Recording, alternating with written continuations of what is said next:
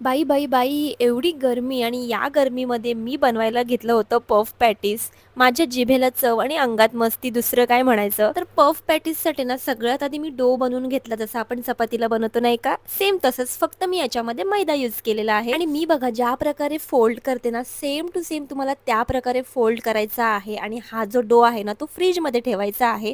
आणि आपल्याला 3 टाईम ही प्रोसेस ना रिपीट करायची आहे. हो, 3 टाईम. आता तुम्ही म्हणाल की 3 टाईम म्हणजे खूप जास्त मेहनत आहे ताई यामध्ये. पण मेहनत तर आहे. पण जर तुम्ही बाहेरची बेकरी आयटम कसे बनवतात ते बघितलत ना, तर खरंच सांगते तुम्ही नेहमी हे घरी बनवणं जास्त प्रिफर कराल. आणि सगळ्यात इंटरेस्टिंग गोष्ट म्हणजे हा जो तुम्ही डो रेडी केलेला आहे ना, तो तुम्ही फ्रीजमध्ये ठेवलात ना, तर जवळ महिनाभर यूज करू शकता. म्हणजे जेव्हा हवंय तेव्हा पट्ट्या काढायच्या, कट करायच्या, त्याच्यामध्ये भाजी फिल करायची आणि मस्त असं बेक करायचं. तर मग वाट कसली बघताय? तुम्ही सुद्धा नक्की ना अशा प्रकारे पफ पॅटीस ना घरी बनवून बघा. ठीक आहे. बाय.